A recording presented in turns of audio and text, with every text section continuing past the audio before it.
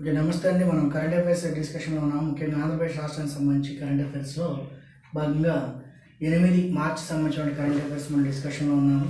So దీనిలో భాగంగా ఆంధ్రప్రదేశ్ రాష్ట్రానికి సంబంధించిన ప్రధాన కరెంట్ అఫైర్స్ ఏవైతే ఉన్నాయో దాంట్లో ముఖ్యంగా మనకు వచ్చినటువంటి అంశాలు పరిశీలించుకుంటే, ఆంధ్రప్రదేశ్ రాష్ట్రంలో కేంద్ర ప్రభుత్వం మరొక 2 కేంద్రీయ విద్యాలయాలు, ఇక్కడ చాలా ఇంపార్టెంట్ అండి. విశ్వవిద్యాలయాలు అంటే యూనివర్సిటీస్, కేంద్రీయ విద్యాలయాలని రెండింటిని నూతనంగా ఏర్పాటు చేయాలని ఒక ప్రపోజల్ తీసుకురావడం జరిగింది.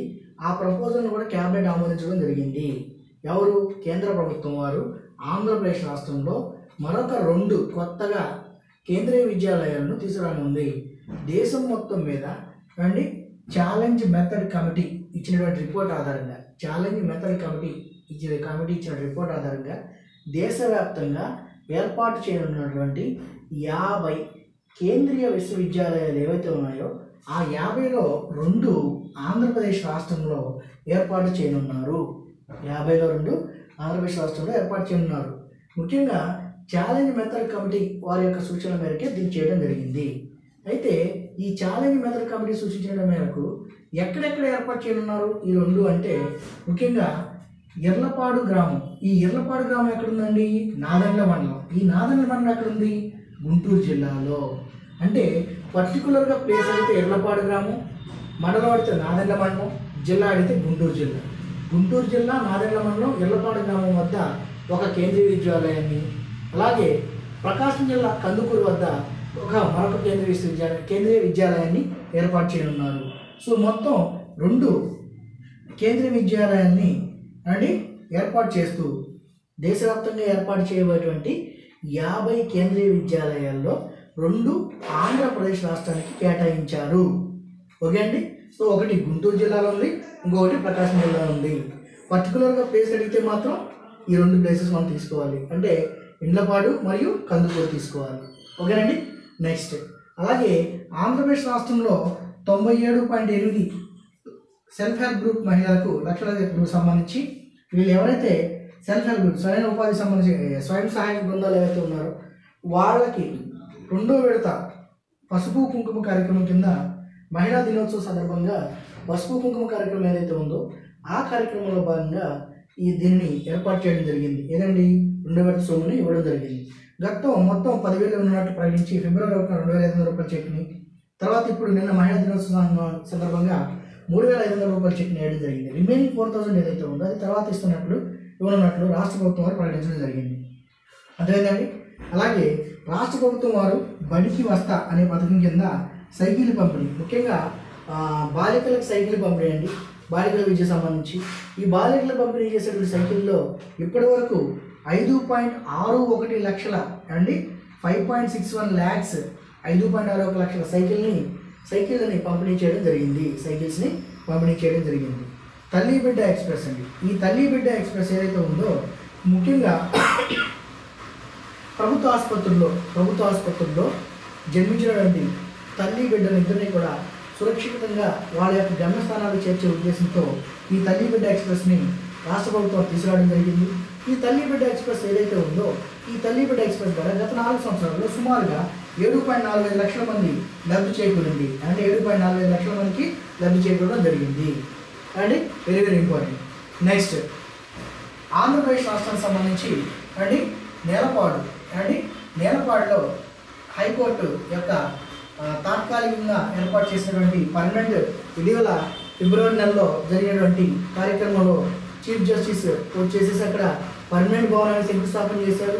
అలాగే దాంతోపాటు తాత్కాలిక భవనం ఏదైతే ఉందో ఆ తాత్కాలిక భవనంలో కూడా రాష్ట్ర హైకోర్టు యొక్క కార్యకలాపాలు చేపట్టనున్నారు. ఆ తాత్కాలిక భవనం గత కొద్ది రోజులు అంటే ఈ నెలలోనే మొత్తం ఒక 10-15 డేస్లో ఇది మనకు అందుబాటులో రానుంది. ఆంధ్రప్రదేశ్లో మొత్తం సిటీ అమరావతిని 9 నగరాలుగా డివైడ్ చేసుకున్నారు. దాంట్లో జ్యుడిషియల్ సిటీ ఒకటండి. ఆ జ్యుడిషియల్ సిటీ ఎక్కడుందంటే నేలపాడులో ఉంది. ఇట్లా అడ్మినిస్ట్రేషన్కి రాయపూడి, ఇట్లా మొత్తం 9 నాలెడ్జ్ సిటీకి సంబంధించి, అలాగే ఎడ్యుకేషన్ సంబంధించి ఇట్లా మొత్తం అన్నిటికీ స్పోర్ట్స్ సిటీ ఇట్లా మొత్తం 9 నగరాలు ఉన్నాయండి. ఆ నగరాలకు సంబంధించి దాంట్లో జ్యుడిషియల్ సిటీలో భాగంగా నేలపాడులో హైకోర్టు ఇటీవల వచ్చేసింది కాబట్టి ఆ హైకోర్టు సంబంధించి తాత్కాలిక భవనాన్ని ఏర్పాటు చేయనున్నారు. అక్కడే పర్మనెంట్ భవనాన్ని కూడా మన చీఫ్ జస్టిస్ గొగోయ్ గారు దీన్ని శంకుస్థాపన చేయడం కూడా జరిగింది. ఓకేనండి. అలాగే నెక్స్ట్, అలాగే ఆంధ్రప్రదేశ్ రాష్ట్ర పౌర సరఫరా శాఖ నూతన సంస్థ ఏదైతే ఉందో ఆ సంస్థకి నూతన చైర్మన్గా జయచంద్రారెడ్డి నియమితులయ్యారు. అండి రాష్ట్ర పౌర సరఫరాల శాఖ సంస్థ అయినటువంటి ఈ సంస్థకి నూతన చైర్మన్గా జయచంద్రారెడ్డి నియమితులయ్యారు. అలాగే నెక్స్ట్ కృష్ణా వాటర్ అండి. ఏంటండి కృష్ణా వాటర్. ఈ కృష్ణా వాటర్ ఏదైతే ఉందో ఇటీవల వీటిని కుప్పం వరకు కూడా తీసుకెళ్ళడానికి ప్రయత్నం చేశారు. ఆ ప్రయత్నం సఫలం అవడం జరిగింది. కృష్ణానది నుంచి వచ్చేటువంటి వాటర్ ఏదైతే ఉందో ఆ కుప్పం కాలువకి చేర్చడం జరిగింది. దక్షిణ భారతదేశంలోనే తొలిసారిగా తక్కువ ఖర్చుతో ఇన్వర్టెడ్ సైఫన్ అనే ఒక టెక్నాలజీని యూజ్ చేసుకొని రిత్విక్ ప్రాజెక్ట్ అనే ఒక సంస్థ ఈ కార్యక్రమాన్ని చేపట్టడం జరిగిందండి. ఇది చాలా చాలా ఇంపార్టెంట్. ఎందుకంటే ఈ దేశవ్యాప్తంగా ఉత్తరప్రదేశ్లోనే ఇటువంటి టెక్నాలజీ ఉంది. అటు దక్షిణ భారతదేశంలో ఎక్కడ లేదు. ఆ దక్షిణ భారతదేశంలో లేనటువంటి టెక్నాలజీని కూడా ఆంధ్రప్రదేశ్ రాష్ట్రంలో తొలిసారిగా తీసుకురావడం జరిగింది. అలా కాలువల ద్వారా కుప్పం కాలువ కంటే ముఖ్యంగా కృష్ణా వాటర్ ఏవైతే ఉన్నాయో ఆ వాటర్ మొత్తం కూడా కుప్పం వరకు కూడా తీసుకురావడం జరిగింది. సో ఈ టెక్నాలజీ ఏంటంటే ఇన్వర్టెడ్ సైఫన్ టెక్నాలజీ సంబంధించి మనకి ఇదైన ఒక పద్ధతి, టెక్నాలజీ అంటే ఒక పద్ధతి ద్వారా తీసుకురావడం జరిగింది. ఆ పద్ధతి ద్వారానే ఈ ప్రాజెక్ట్ చేపట్టి కుప్పం ప్రాంతానికి కాలువల ద్వారా కుప్పం కాలువకి నీరు అందిస్తున్నారు. ఏ వాటర్ నుంచి? కృష్ణా వాటర్ నుండి. జనరల్గా మీకు లాజికల్ ఏం అవసరం లేదండి. ఇక్కడ మనకి ప్రధాన నదులు 3 ఉన్నాయి. ముఖ్యంగా మనకి పైనుంచి పరిశీలించుకుంటే మనకి పైన అంటే ఉత్తరాంధ్ర పరిశీలించుకుంటే ముఖ్యంగా వంశధార, నాగావళి ఉత్తరాంధ్ర జిల్లాలో అయితే, అలాగే మధ్యలో అయితే ఉభయ గోదావరి అయితే గోదావరి ప్రాంతాలు, కృష్ణా గుంటూరు పరివారం మాత్రం కృష్ణా, అలాగే ప్రకాశం, నెల్లూరు, కడప కొన్ని రీజన్స్ అయితే పెన్నా నది.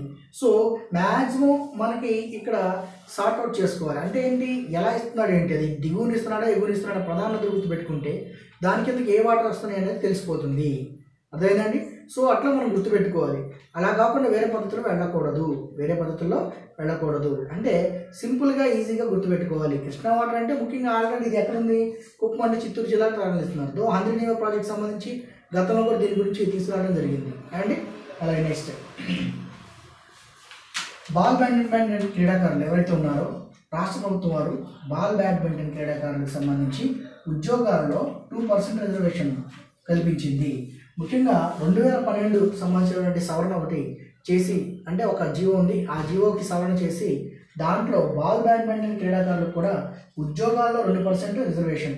ఏది డైరెక్ట్ రిక్రూట్మెంట్లో 2% రిజర్వేషన్ అనేది అంటే అప్పటి వరకు ఉన్న క్రీడలతో పాటు బాల్ బ్యాడ్మింటన్ క్రీడను కూడా జాయిన్ చేశారని మనం గుర్తుంచుకోవాలి. అండ్ అప్పుడు దాకా ఉన్నటువంటి ఏవైతే స్పోర్ట్స్ గేమ్స్ ఉన్నాయో వాటితో పాటు నూతనంగా బాల్ బ్యాడ్మింటన్ కూడా ఉద్యోగాల్లో నేరుగా ప్రత్యక్షంగా డైరెక్ట్గా జరిగేటువంటి రిక్రూట్మెంట్ ఏదైతే ఉందో ఆ రిక్రూట్మెంట్లో 2% రిజర్వేషన్ రాష్ట్ర ప్రభుత్వం కల్పించింది. ఓకేనండి. అలాగే నెక్స్ట్ రాష్ట్ర ప్రభుత్వం సుమారుగా అభయ అంటే ముఖ్యంగా మహిళా భద్రత. ఇది మార్చి 8 అనేది మహిళా దినోత్సవం కాబట్టి, అంతర్జాతీయ మహిళా దినోత్సవం రోజుననే అభయ ఆటోస్ని విజయవాడలో ప్రారంభించడం జరిగింది. ముఖ్యంగా దీనికి ఒక మీటర్ ఉంటుంది. ఈ మీటర్లో మనకి అభయ క్యూఆర్ కోడ్ అనే ఒకటి ఉంటుంది. ఆ క్యూఆర్ కోడ్ని స్కాన్ చేసేసి ఒకవేళ ఏదైనా అనుకోని సంఘటన జరిగితే ఆ క్యూఆర్ కోడ్ స్కాన్ చేసేసి వెంటనే మనం అలర్ట్ చేస్తే పోలీస్కి ఇన్ఫర్మేషన్ పంపిస్తే విత్ ఇన్ 10 minutesలో ఆ ప్లేస్ ఎక్కడైతే ఉందో ఆటో నెంబర్తో సహా మొత్తం కూడా దాంట్లో ఆ క్యూఆర్ కోడ్లో మొత్తం వచ్చేస్తుంది. సో ఇలా సుమారుగా రాష్ట్ర వ్యాప్తంగా మొత్తం దీన్ని ప్రవేశపెట్టాలని చూస్తున్నారు. ప్రస్తుతం ఒక 50 ఆటోలు మాత్రం ఆంధ్రప్రదేశ్లో ప్రవేశపెట్టారు. ముఖ్యంగా విజయవాడ నగరంలో ఇది జరగడం జరిగింది. అంటే ఏంటి, ఆ మీటర్ ఏదైతే ఉందో రాష్ట్ర ప్రభుత్వం తీయాలనుకున్నారు, ఆ మీటర్ని అండి క్యూఆర్ కోడ్ని స్కాన్ చేసి, క్యూఆర్ కోడ్ ఎప్పుడైతే స్కాన్ చేస్తామో ఆ క్యూఆర్ కోడ్ ద్వారా ఆటో యొక్క నెంబరు, దాని యొక్క మొత్తం డీటెయిల్స్ వస్తాయి. ఆ డీటెయిల్స్ని బట్టి పోలీసులకు ఎప్పుడైతే ఇన్ఫర్మేషన్ వెళ్తుందో ఆటోమేటిక్గా విత్ ఇన్ 10 minutesలో వీళ్ళని చేయొచ్చు. అంటే ఏదన్నా అనుకోని పరిస్థితి వస్తాయి అండి. సో దానికోసం ముఖ్యంగా మహిళల రక్షణ కోసం ఇది ఒక మంచి చర్యగా చెప్పుకోవచ్చు. దీంతోపాటు ఆల్రెడీ మహిళలకు సంబంధించి రాష్ట్ర ప్రభుత్వం అంతకుముందు షీ ఆటోస్ని కూడా ప్రవేశపెట్టడం జరిగింది. ఓకేనండి. అలాగే నెక్స్ట్ ఈ మహిళా దినోత్సవం సందర్భంగా మరొక ప్రధానంగా టాపిక్ వచ్చినటువంటి అంశం ఏంటంటే రాష్ట్రంలో ఉన్నటువంటి మహిళా జడ్జిల గురించి అండి, మహిళా జడ్జిల గురించి, మహిళల గురించి హైకోర్టులో ఇలా ముఖ్యంగా తెలుగు రాష్ట్రాల్లో ఉన్నటువంటి హైకోర్టులో ఉన్నటువంటి మహిళా జడ్జిలు ఎవరైతే ఉన్నారో వాళ్ళ గురించి ప్రధానంగా రావడం జరిగింది. ముఖ్యంగా తెలుగు రాష్ట్రాల్లో హైకోర్టులో మనం పరిశీలించుకున్నట్లయితే ముఖ్యంగా ఇప్పటివరకు నూతనంగా ఏర్పడినటువంటి ఈ ఆంధ్ర రాష్ట్ర నవ్యాంధ్ర హైకోర్టు ఏదైతే ఉందో ఆ హైకోర్టులో మహిళా న్యాయమూర్తులు ప్రస్తుతం ముగ్గురు ఉన్నారు. మహిళా న్యాయమూర్తులు ముగ్గురు ఉన్నారు. వాళ్ళలో జస్టిస్ ఉమాదేవి గారు, జస్టిస్ విజయలక్ష్మి గారు, జస్టిస్ రజనీ గారు, వీళ్ళ ముగ్గురు కూడా ప్రస్తుతం ఆంధ్రప్రదేశ్ రాష్ట్ర హైకోర్టులో న్యాయమూర్తులుగా పనిచేస్తున్నారు. సో ఈ కేటాయింపులు ఇదంతా కూడా మనం బైఫర్కేషన్లో కూడా చెప్పుకున్నాము. సో ఈ మహిళలకు సంబంధించి వచ్చింది కాబట్టి ఇంకొకటి ప్రస్తుతం మహిళా సాధికారత అనే అంశాన్ని మనం పరిశీలించుకున్నాం కాబట్టి ముఖ్యంగా పంచాయతీ సెక్రటరీ వాళ్ళకు కూడా ఈ టాపిక్ కొంచెం చాలా ఇంపార్టెంట్ కదా, మనం కొంచెమే కదా చాలా ఇంపార్టెంట్ కదా మనం తీసుకోవచ్చు. ఎందుకంటే మహిళల యొక్క అభ్యున్నతి కాబట్టి ఇది కూడా క్వశ్చన్ రావడానికి అవకాశం ఉంది. స్కోప్ అయితే ఖచ్చితంగా ఉంది. ఓకే అండి. సో ఇక్కడ చూద్దాం, మనం ఇక్కడ పరిశీలించుకున్నట్లయితే రాష్ట్రంలో ఉన్నటువంటి మహిళా న్యాయమూర్తులు మొత్తం హైకోర్టులో ముగ్గురు ఉన్నారు. కానీ తెలంగాణ రాష్ట్ర విషయానికి వచ్చినట్లయితే అటువంటి మహిళా న్యాయమూర్తులు అక్కడ లేరు. జనాభా ప్రాతిపదికన ఈ మహిళా న్యాయమూర్తుల యొక్క సంఖ్య పెంచాలని చెప్పినప్పటికీ ప్రస్తుతం ఉన్న పరిస్థితుల దృష్ట్యా ఆంధ్రప్రదేశ్ మాత్రమే హైకోర్టులో మాత్రమే ముగ్గురు మహిళా న్యాయమూర్తులు ఉన్నారు. అయితే ఈ మహిళా న్యాయమూర్తులు సంబంధించి అంటే ముఖ్యంగా న్యాయ వ్యవస్థలో మహిళా న్యాయమూర్తుల కంటే న్యాయ వ్యవస్థలో మహిళల యొక్క సంఖ్య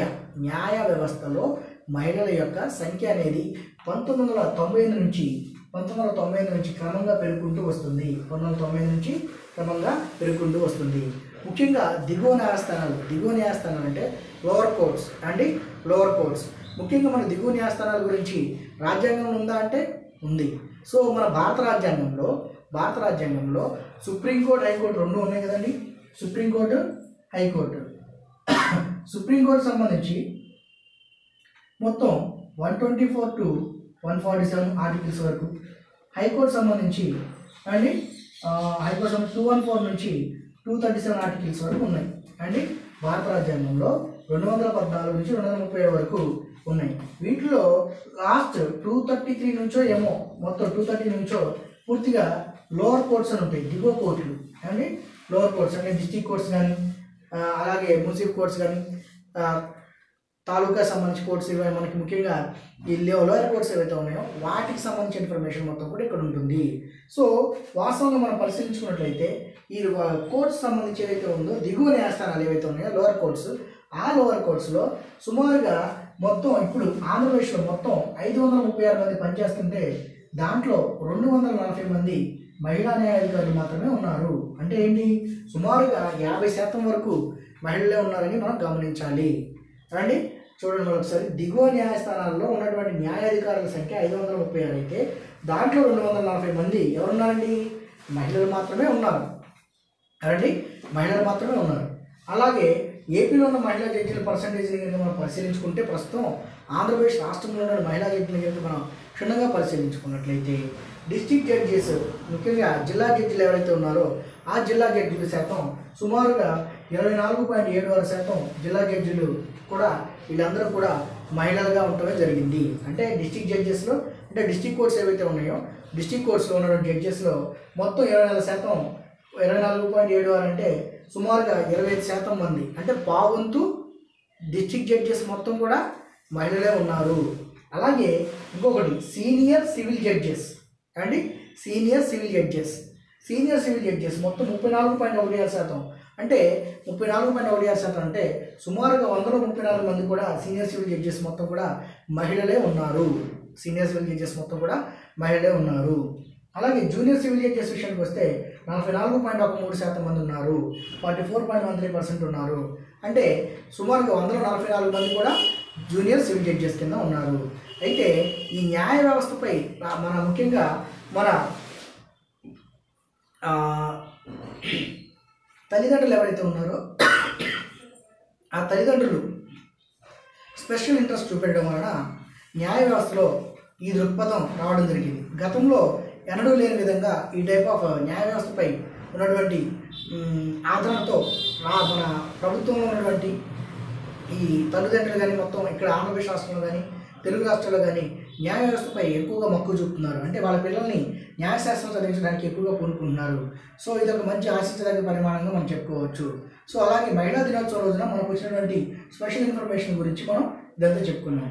సో మొత్తం మనం ఈ మహిళా న్యాయమూర్తులు ఆంధ్రప్రదేశ్ హైకోర్టులో ఇక్కడ దీన్ని మనం ఇంకో రకంగా కూడా చూసుకోవచ్చండి. అంటే ఎట్లా అంటే దీన్ని మనం హైకోర్టుకి యాడ్ చేసుకొని ఇప్పుడు ఆల్రెడీ బైఫర్కేషన్ అయింది కాబట్టి ఆ బైఫర్కేషన్ అయినటువంటి హైకోర్టు ఏదైతే ఉందో ఆ బైఫర్కేటెడ్ హైకోర్టులో మొత్తం న్యాయమూర్తులు ఎంతమంది ఉన్నారు, అంటే ఎంతమందిని కేటాయించారు, ప్రస్తుతం ఎంతమంది ఉన్నారు, వాళ్ళు మహిళా న్యాయమూర్తులు ఎంతమంది ఉన్నారు, ఇలా మనం డివైడ్ చేసుకొని చదువుకున్నట్లయితే ముఖ్యంగా గ్రూప్ 2 కానీ గ్రూప్ 3 కానీ ఎక్కువగా ఉపయోగం ఉంటుంది. పాలిటీ విభాగంలో ఉపయోగం ఉంటుంది, బైఫర్కేషన్ విభాగంలో కూడా ఉంటుంది.